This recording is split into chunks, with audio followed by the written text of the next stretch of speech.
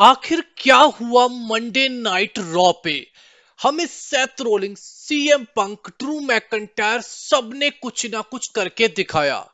सबसे पहले अगर बात करें रॉ में, तो हमें देखने को मिला Gunter. Gunter world heavyweight champion को कन्फ्रंट करा फिन बेलर और जजमेंट डे ने।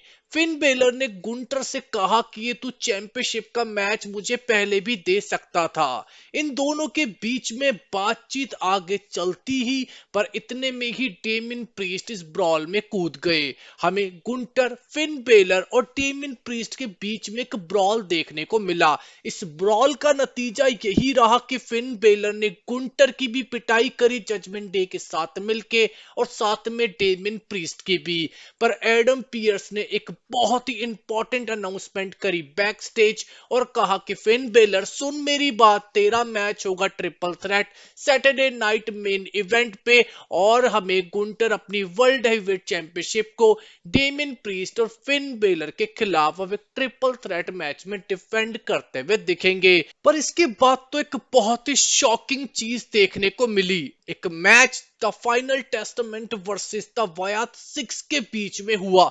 पर इस मैच में केरियन क्रॉस ने अंकल हाउडी को पिन कर दिया। मैच तो द फाइनल टेस्टामेंट जीत गई, पर क्या डब्ल्यू डब्ल्यू ई वयात यानी कि ब्रे वायत की ऐसी रेपुटेशन को ऐसे थार्निश करेगी, खत्म करेगी?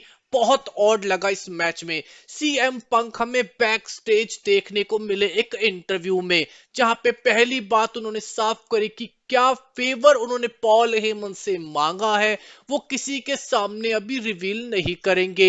पर उन्होंने सेथ रोलिंग्स को पूरी तरीके से ट्रोल करके रख दिया।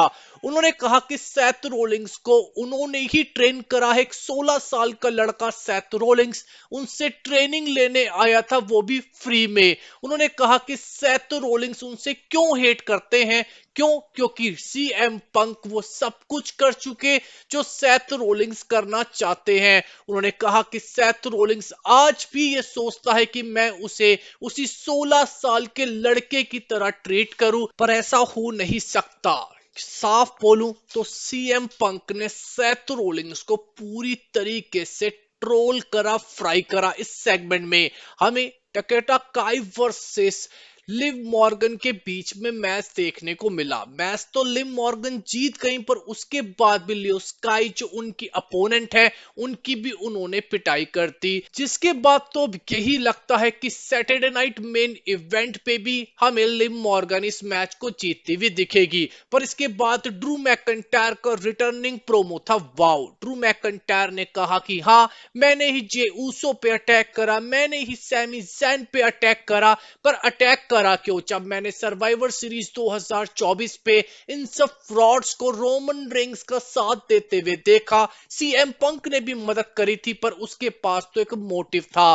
पर ये एक फ्रॉड्स हैं। मैंने जैसे ही रोमन रेंग्स की इनको मदद करते हुए देखा, मैंने डिसाइड करा कि मैं रिटर्न करूंगा, और इसीलिए मैंने जे ऊसो और सैमी जैन पे अटैक करा। अब उनका टारगेट रोमन रेंग्स है। इसको आप गलत फहमी में बिल्कुल भी मत रखिएगा, क्योंकि रोमन रेंग्स ही है निशाना ड्रू मैकइंटायर का। डब्ल्यूडब्ल्यूई के कमेंटेटर्स ने अनाउंस करा कि जे ऊसो अभी मेडिकली क्लियर नहीं है मंडे नाइट रॉ में अपीयर होने के लिए। सेथ रोलिंग्स का ये प्रोमो आप याद रखिएगा, जो सीएम पंक के बारे में उन्होंने एक रिस्पॉन्स के तौर पे दिया। उन्होंने कहा हाँ, एक 16 साल का लड़का सीएम पंक के पास ट्रेनिंग करने के लिए गया था। एक 16 साल का लड़का जिसके पास कोई पैसा नहीं था, वो सीएम पंक जैसा बनना चाहता था। उसने सीएम पंक से मदद मांगी थी, उसको अपना वो दोस्त कहता था। उसने मुझे डब्ल्यूडब्ल्यूई में आने में भी बहुत मदद करी। आपको बताऊं, सीएम पंक को सेथ रोलिंग्स ने कहा फ्रॉड।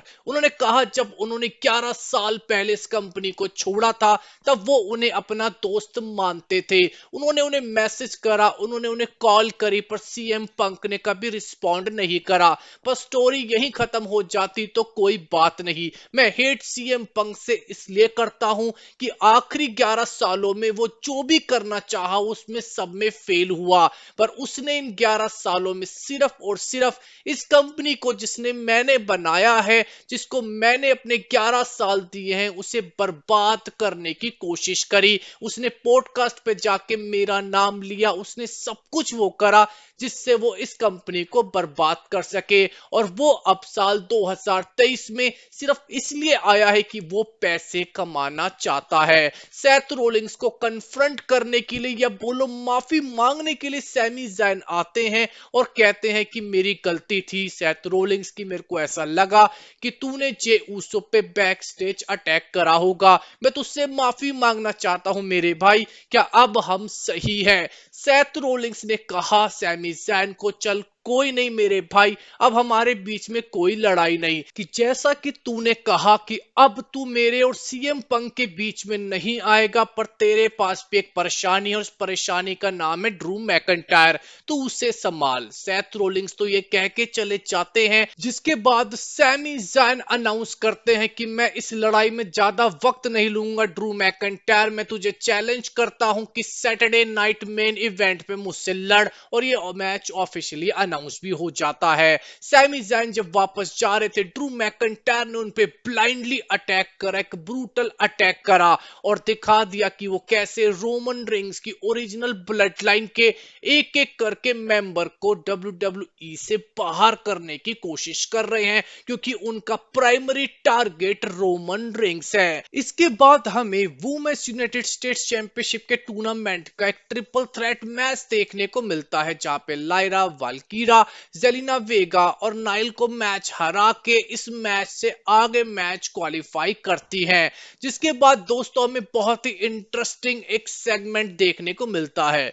न्यू डे हमें रिंग में आती हुई दिखती हैं, पर उनको बिल्कुल डोमिनिक मिस्टीरियो वाला ट्रीटमेंट मिलता है, यानी कि क्राउड इतना हॉस्टाइल हो जाता है अपने हील्स के अगेंस्ट कि जेवियर वुड और कोफी किंगस्टन एक शब्द भी सही से नहीं बोल पाते। वो इतने ज्यादा फ्रस्ट्रेटेड हो जाते हैं न्यू डे के ब्रेकअप के बाद, क्राउड के इस हॉस्टाइल इन्वायरमेंट के बाद, कि वो रिंग छोड़ के बैक स्टेज चले जाते हैं। जिसके बाद हमें WWE रॉ का मेन इवेंट देखने को मिलता है, जो था एक anything goes match Rhea Ripley and Raquel Rodriguez के बीच में, जहां पे लिव मॉर्गन की प्रेजेंस होना तो लगभग लगभग तय था। ये एक ब्रूटल मैच था, पर इस मैच में हमें रिया रिप्ली रकूल रॉड्रिगस को हराती हुई दिखी, जिसके बाद उन्होंने पिटाई भी करी लिव मॉर्गन की भी, और इस मैच में लियो स्काई भी इन्वॉल्व होती है। पर मेन पल तो तब आता है जब रिया रिप्ली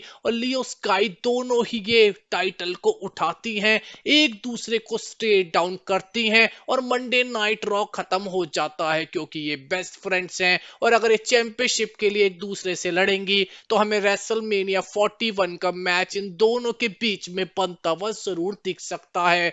तो ऐसा था कुछ मंडे नाइट रॉ का एपिसोड। थोड़ा सा मैं मान के चलूंगा एक वीक मंडे नाइट रॉ था, पर जैसा भी था बढ़िया था। आप चैनल को कर लीजिए सब्सक्राइब, वीडियो को लाइक एंड शेयर। आपका बहुत बहुत धन्यवाद।